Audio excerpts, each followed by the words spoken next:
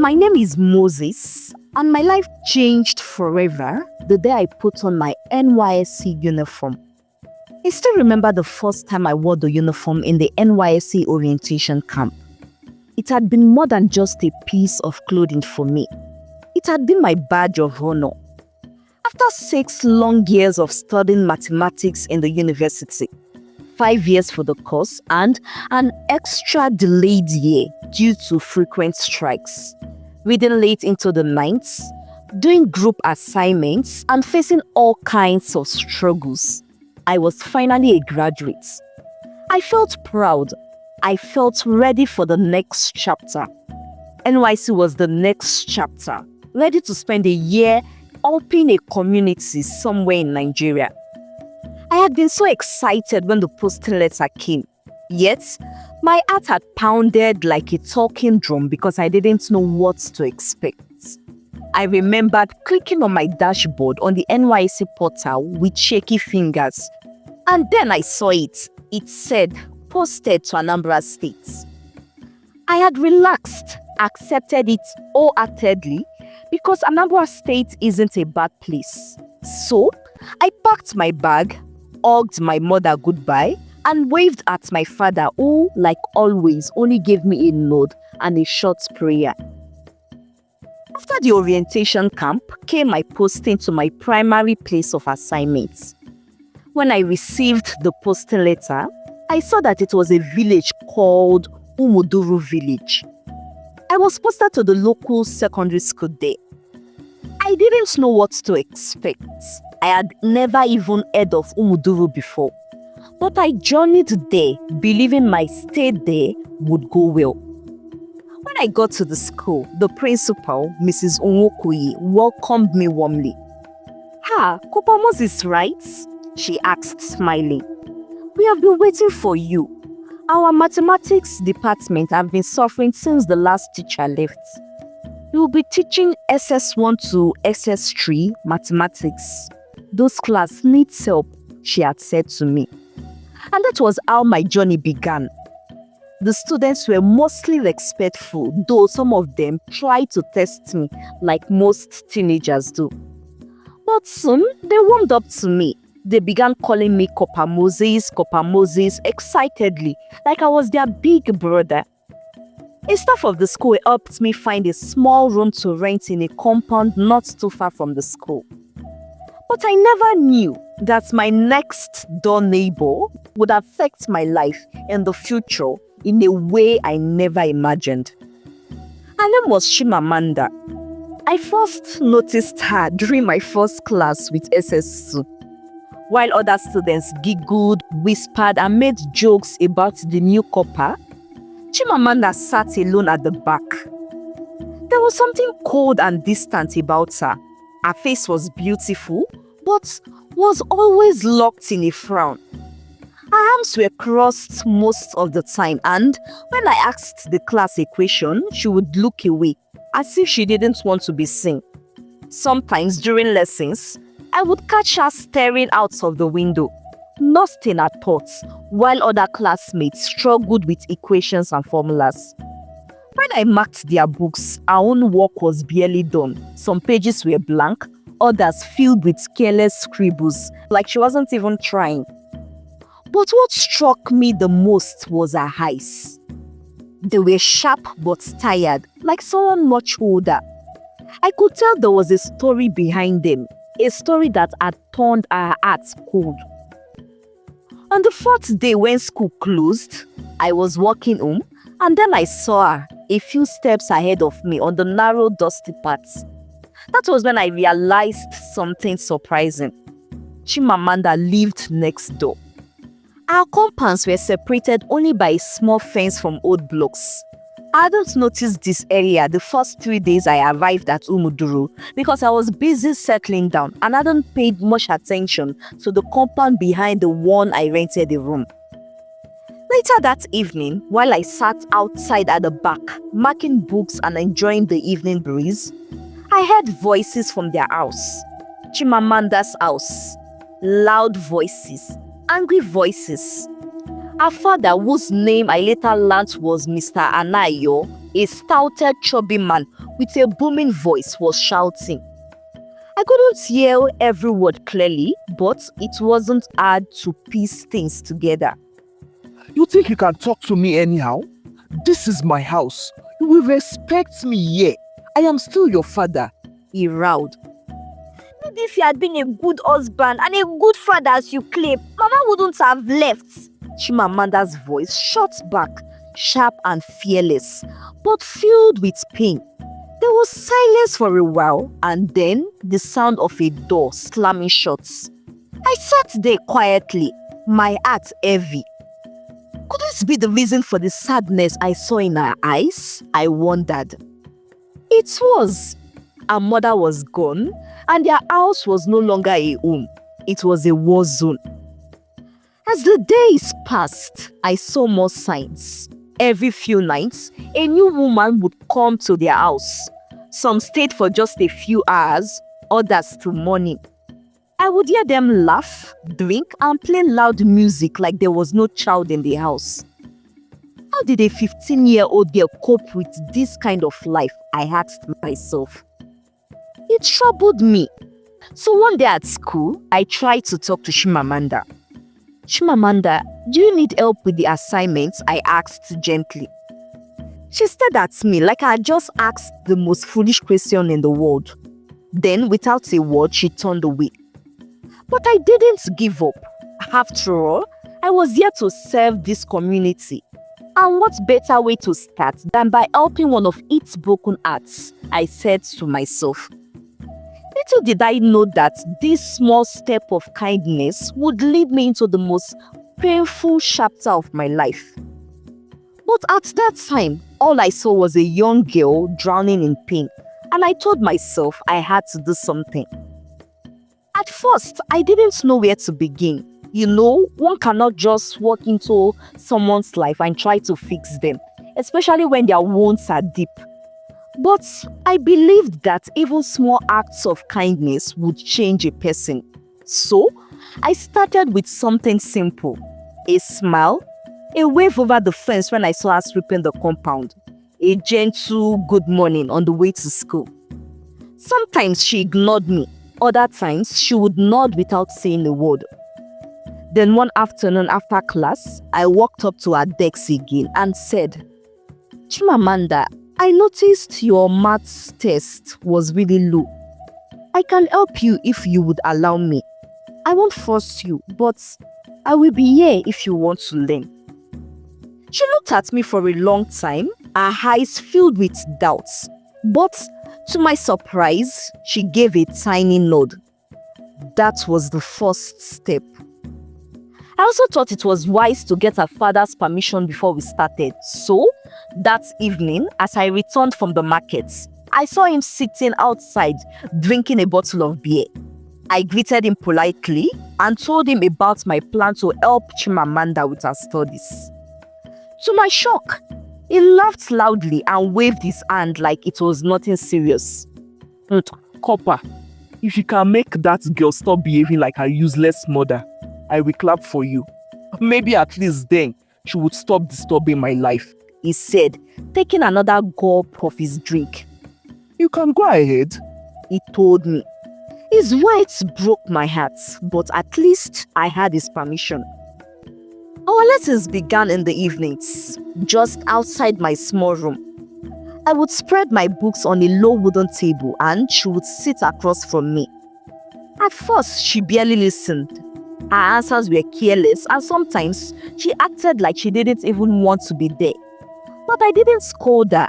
I encouraged her gently, patiently, breaking down the problems step by step. And slowly, I saw a change. One evening, she smiled for the first time. It was faint, but it was there. I felt a spark of hope in my chest. Then I started adding other things. I started talking to her about life, about pain, and about God's love, which can take away any pain, no matter the source of it. She listened intently whenever I spoke about God, and I was pleased. I thought we were making progress and that I was helping her heal. But what I didn't see coming was that the help I gave her would soon turn into something I never imagined. As the weeks passed, Chimamanda became more open. She started waiting for me after school, offering to carry my books. Sometimes, she would follow me to the market or offer to go for me. At first, I thought she was just happy to have a friend, but soon, it became clearer. One afternoon, while we were solving some equations, she suddenly looked up and asked, Copper, do you think I am beautiful? The question caught me off guard. I paused, but then smiled gently and said, Chimamanda, every child of God is beautiful and wonderfully made. But I want you to know that beauty fades. What matters is who you become inside. She looked away, quiet for the rest of the lesson. But it didn't stop there. A few days later one evening, she came to my room with food she had cooked herself. She smiled shyly and waited for me to invite her in. I thanked her kindly but said, Chimamanda, it is not proper for you to be in a man's room alone, especially at this time. Thank you for the food, but please go home now, go. Her smile faded, replaced by something else. It was a subtle sign of anger, one from the feeling of rejection. But I ignored it and said nothing. Then one evening, something happened that shook me. I was preparing my lesson note when she knocked on my door. Papa Moses, can I come in? She asked softly.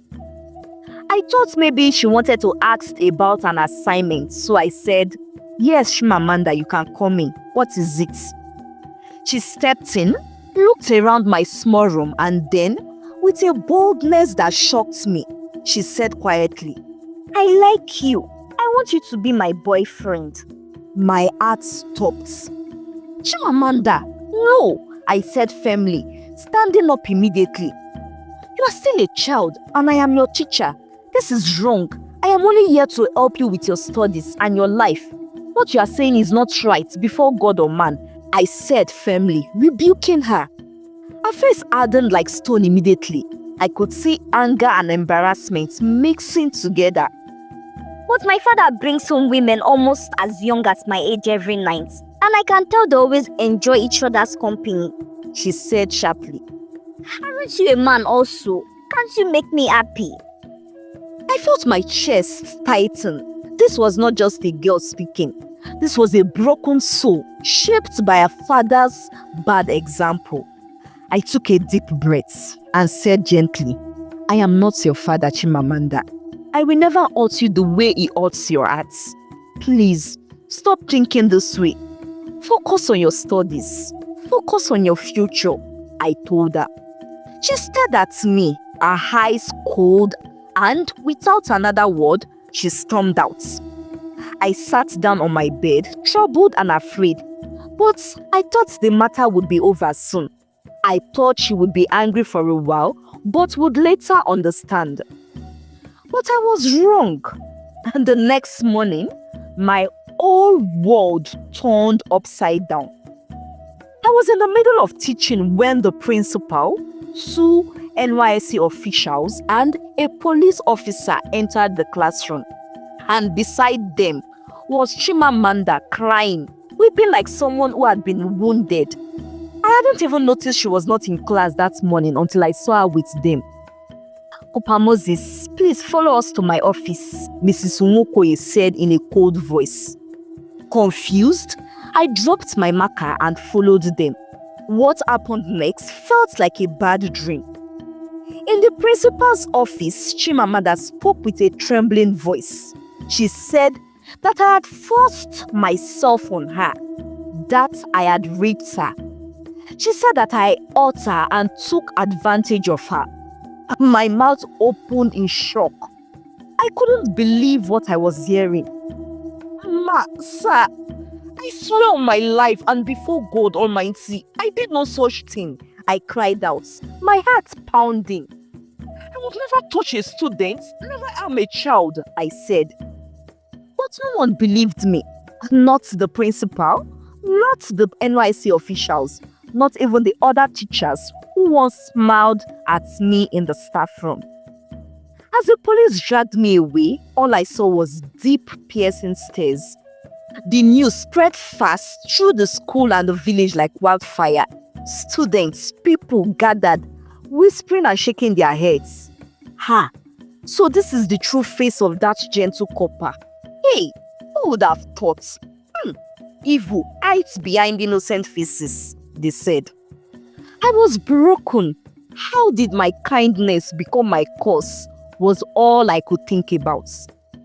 Moses Nsukat, you are hereby dismissed from the NYC program for gross misconduct. You have brought shame to the National Youth Service Corps program, and unfortunately, we can't help you because the victim's father, Mr. Anayo, is taking this seriously. The NYSC local government inspector said to me coldly. They didn't even allow me to defend myself properly. Didn't even conduct an investigation. Everyone believed Chimamanda's words against mine.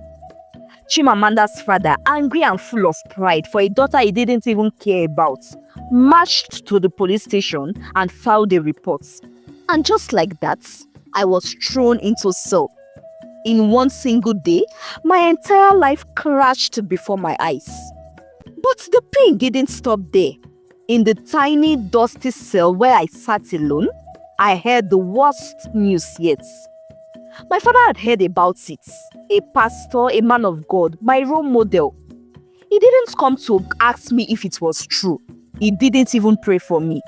Instead, he sent a message through one of the church brothers who was close to me, more than a friend, and was like a brother, and said that he had disowned me. Moses has brought shame to my name and the church. He is no longer my son, he had said. He even stopped my mother and forbade her from coming to see me. And just when I thought my heart could break no more, I got a letter from Christy, my fiancée. She was in her final year at the university at the time, and we had plans to get married after my service because I had a job waiting for me immediately I was done with my service and also had some savings. Her letter were a few simple sentences that ended everything. I can't do this. You disappointed me, Moses, and have brought disgrace to me with your acts. My parents said they can never have a rapist for a son-in-law, and so do I. Can't have a rapist for a husband. I just thought of doing you the courtesy of letting you know. I am moving on with my life, and if when you do come out of that cell, do not bother looking for me. A letter read. I held the letter in my shaky hands. My heart sank into a dark hole. Everything gone. All because I tried to help a broken girl. That night in the cell, I sat in the corner, wrapped my arms around my knees, and cried like a child. I wished the ground would open and swallow me. Well, after 5 long weeks in that cold, dark cell, my body was tired, but my soul was even more weaker. Each day felt like a heavy chain tied to my chest. I kept asking myself, how did I end up here? What did I do to deserve this? The other inmates would stare at me like I was some monster hiding in a young man's body. I couldn't explain my innocence to anyone. They had already judged me by what they heard. But then, one afternoon, the rusty iron door creaked open and a police officer called my name. Hey you, Moses, come out. You are free to go. Your mother has been begging Chimamanda's father every single day. She cried and pleaded until his heart softened. He told the police to drop the case. The officer explained as he unlocked the door. My legs shook as I stepped out. The sun outside was so bright, I had to close my eyes for a moment. But even though I was free, I didn't feel free. I felt empty, like a man whose house had been burnt to ashes. They returned my small bag and my wallet purse. So I used my ATM card, withdrew some cash, and boarded a bus to Port Harcourt. I went straight to my family home, hoping praying that maybe my father would have had a change of heart and would welcome me back. But as I stepped into the compound, he stood there with his big Bible in one hand and a disappointed frown on his face. What are you doing here? He growled. I am ashamed of you. He said quietly but harshly. You have destroyed my name and the work of the ministry. You are no longer my son. Leave here. He said. Daddy, I am innocent, I whispered. He did nothing, nothing wrong. But he shook his head and walked away, leaving me standing alone and strictly refusing me to enter the house. I turned around and went to a friend's place, the brother who had paid me a visit in the prison. But even him told me he could only allow me stay with him for a few days to give me time to look for a place of my own. Because his parents and fiancé as well told him not to associate with me anymore. My heart shattered once again. I was truly alone. I felt like there was nothing left to live for. So, one evening, as the sun was setting and the streets were quiet, I walked aimlessly along a not-so-busy road. A few cars zoomed past, their horns blaring, their lights flashing. And then, the thoughts came, clear, sharp, and deadly. End it. End the pain, the thought said. End the shame. Just one step, and all this shame would all be over. And without thinking twice, I stepped into the road and ran in front of a moving vehicle. Then a loud screech, a sharp thud, and darkness. I woke up in a hospital bed later on, my head pounding, my body aching, and my heart still broken. Beside me sat a middle-aged man I didn't know, but his face was calm and peaceful. "Thank God you are awake," he said softly. He stared at me for some more minutes and then spoke again. "My name is Mr. Oluwadare, Pastor Oluwadare. I was the one driving the car you ran into." He paused and took a deep breath, then began again. "You know, I could have just driven away. I was scared, and that street was almost lonely at that time. I could have sped off before people came, but I couldn't because God would not let me. Tell me, son, why did you do it? Why did you run into my car like that?" he asked. At first, I could not speak. My throat felt dry, and my tears burned my eyes. But slowly my words came out. I told him everything about my excitement for NYC, about Chimamanda, about how I tried to help her because I cared, about how she tried to turn me into something I wasn't, and when I said no, she punished me with a lie. I told him about the false accusation, about my arrest, my father's rejection, and how the woman I loved left me. When I finished, he took another deep breath, then reached out and held my trembling hands. "My son, your story is painful, but it is not the end of your life. God is not done with you yet," he said gently. And for the first time in a long while, I felt a tiny flicker of hope. After I was strong enough to walk, Pastor Oluwadare took me to his house.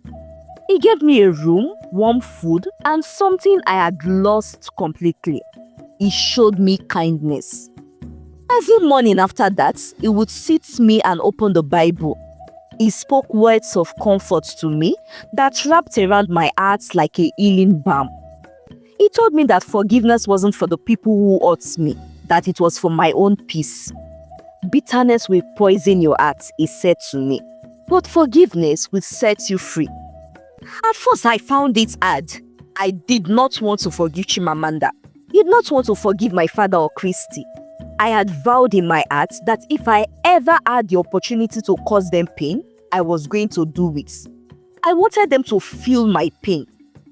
But slowly, with each passing day, I began to let go. I whispered prayers at night. Lord, heal my heart. Help me forgive. Help me live again, I prayed. And slowly, I started to feel lighter. I didn't have a job because even the job that was waiting for me heard about what they thought I did and withdrew their offer. I didn't have my NYSC posting anymore. I didn't have a fiancé waiting for me. But then, I had peace. A full year passed like that, quiet but healing, though I still found it difficult getting a job. Then one bright morning, everything changed. The NYSC office in Anambra called me. I didn't know how, but somehow they managed to find and get my new contact and address. Moses, we have something you need to know, the voice said. Chimamanda came forward. She confessed everything to the principal. She said she lied against you. She has written a letter of apology. Your name is cleared. They are sending a letter to you. We thought you should know that the truth has finally come out and that your name is cleared, the voice informed me. When the letter arrived, my hands trembled as I opened it. The writing was messy, the paper stained with tears. In the letter, Chimamanda poured out her heart. She said she was sorry. She said she had been angry, broken and confused. She begged God and me for forgiveness. She said she was sick and didn't want to die carrying the burden of guilt in her heart. I read every word, and when I finished, I sat quietly for a long time. But I didn't feel angry. I did not feel hatred. Instead, I felt sorry for her. I remember the lonely girl at the back of the class, the arguments in her home, the pain she carried every day, and I could understand why she thought she could find that kind of comfort from me and why she decided to punish me when she thought I rejected her. Soon after, the following week, my father came to see me. He also got my new address from the NYSC.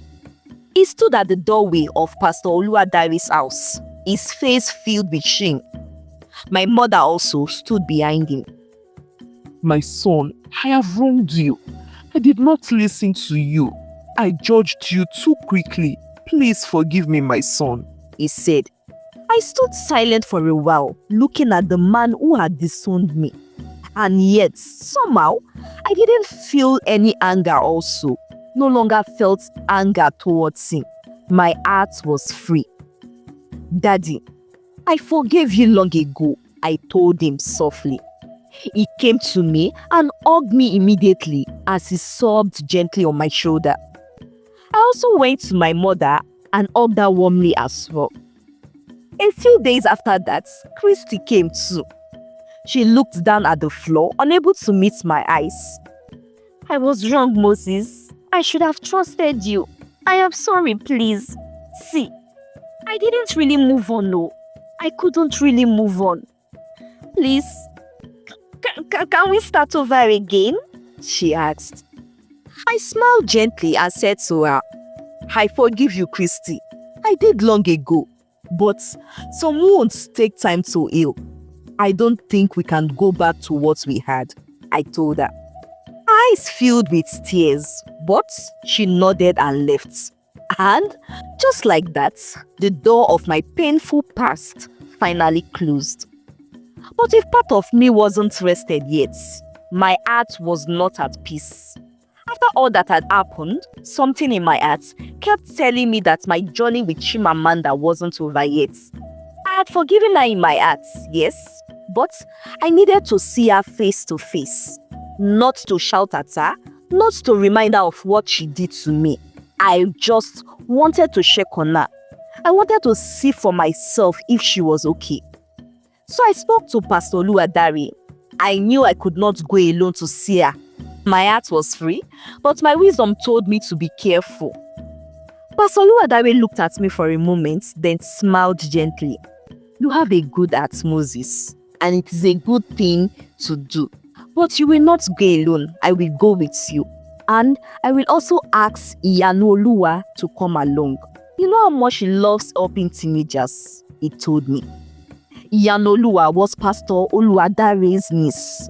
She's a kind young woman who worked with teenage girls in church. When we told her about Chimamanda, she gladly accepted to come with us. So, a few days later, we prepared for the journey. It felt strange going back to Umuduru village after all that had happened. But I knew I had to. The journey was quiet. I stared out of the car window as the dusty roads and tall trees welcomed us back. When we got to the village, something felt different. People's faces looked sad.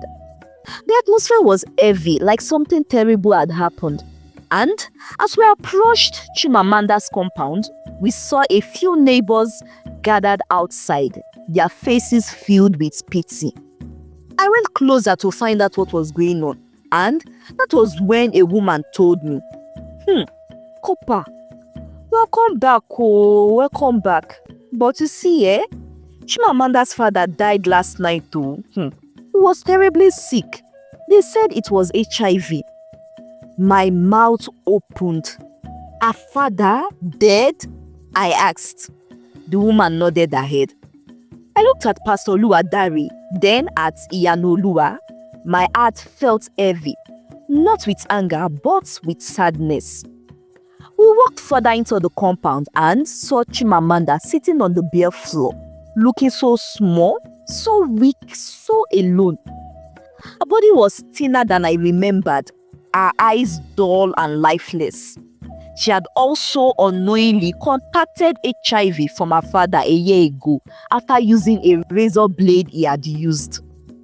She looked up and saw me, and for a moment, I thought she would turn away. But instead, tears filled her eyes and rolled down her cheeks. I bent down beside her. My voice sobbed as I spoke to her. I am sorry, Chimamanda. I heard about your father. I am sorry for your loss, I told her. She covered her face with her thin hands and sobbed quietly. Iyanolua also knelt beside her and placed a gentle hand on her shoulder. See, my dear, you don't have to go through this alone. We are here to help you, she said. After some time, we helped her up and sat with her under the old mango tree in their compound. I spoke softly, choosing my words carefully. Chimamanda, life has hurt you in many ways. I know you've made mistakes, big mistakes, but you know you don't have to carry this pain alone anymore. Will you come with us to the city? There's a place where you can get help, a proper treatment, and a fresh start.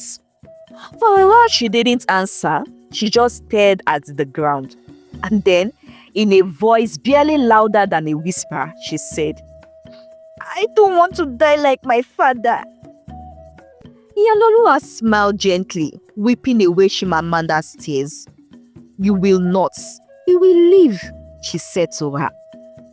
That day, with the permission of the village head, we took Chimamanda's belongings and left the village behind. We drove straight to Port Harcourt City and to a place called Hope Again Foundation. Hope Again Foundation is an NGO and with a hospital. It wasn't just an ordinary NGO and an hospital, it was a special one. It was a home for teenagers and young adults who had been broken by life, orphans, abandoned girls, sick children, and those who had nowhere else to go. Iyanolua's older sister and their late father co-founded the place. I never knew such a beautiful place existed until then. The moment we arrived, nurses and volunteers welcomed Chimamanda warmly. She was checked on by doctors and started on her antiretroviral treatment immediately. They told her that with the right medication and care, she would still live a full life. A full, meaningful life, even with HIV. But beyond the medicine, the foundation gave her what she had never known before. It was love, kindness, and a second chance. Every day, they taught her about Jesus, about grace, about forgiveness, and about letting go of her past. At first, she was quiet during the devotionals. She would sit at the back, her arms crossed, watching the others sing and laugh. But slowly, as days turned to weeks, The anger and weariness in her heart began to melt. Then, she started speaking herself. I would visit sometimes and sit in the back, quietly watching as Chimamanda stood before a group of younger girls, sharing her story. She spoke of her pain, her mistakes, and how lies nearly destroyed her life and mine. She warned them not to follow the path of bitterness and revenge. She taught them about truth, forgiveness, and gratitude for those who truly cared for them. And every time I watched her, my heart swelled with a strange mix of sadness and pride. She was still carrying the sickness in her body, but her spirit was healing. And as for me, I had come full circle. I had lost everything I once held dear. My service here, my reputation, my family's trust, and my relationship. But I found something greater. I found peace. I found purpose. And somehow, through the fire, I found a way to keep loving people even when it hurts. And as I conclude my story, I want to share a few wisdoms with you. I have learned that helping people is good, but that I must also use wisdom when doing so. I truly wanted to help Chimamanda, but I didn't set strong boundaries.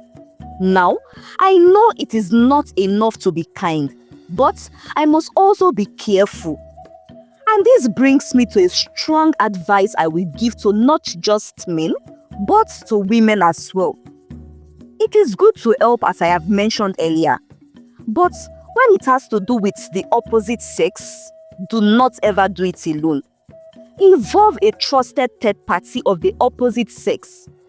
I am sure if I had involved the principal, who is a female as well, or maybe another female teacher, or my fellow female corps member, or even a mature female neighbor, and decided that they be part of the process, or maybe just handed Chimamanda over to them, Chimamanda may not have had the boldness to lie against me. And even if she still did, I would have had witnesses and people to support me, believe in me, and helped plead my case. So, I advised not just men alone, but ladies as well. Help, but use wisdom, and involve a trusted third party of the opposite sex you are helping. Secondly, this is for the general public. It is quite unfair how men are judged immediately and condemned as regards the issue of rape, sexual harassment.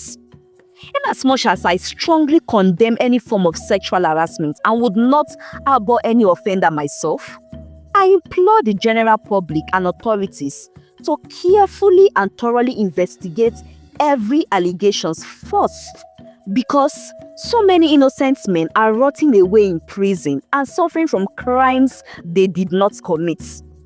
We know how the society frowns at sexual harassment, especially when it has to do with females and minors. So, some evil women use this as weapon against the men they hate, thereby destroying innocent lives and reputations. Lastly, I now know that forgiving someone doesn't mean what they did was okay. It just means I chose peace. Forgiving Chimamanda, my father, and Christy didn't erase what they did to me, but it helped me move forward without hate in my heart. I have learned that even when life takes everything from you, God can still give you something better. I lost everything, but through it all, I found peace, purpose, and the strength to help others. And that is something no one can take away from me. My name is Moses. Thank you for listening to my story. Hi, lovelies. I hope you enjoyed this story and have learned a great deal from it. Then, support me by giving this video a like and share it to others as well. And if you're just seeing my channel for the first time, please don't leave without clicking the subscribe button to join my amazing community. And to my amazing family already, I say thank you for your constant love and support. I'll see you in my next story. Bye.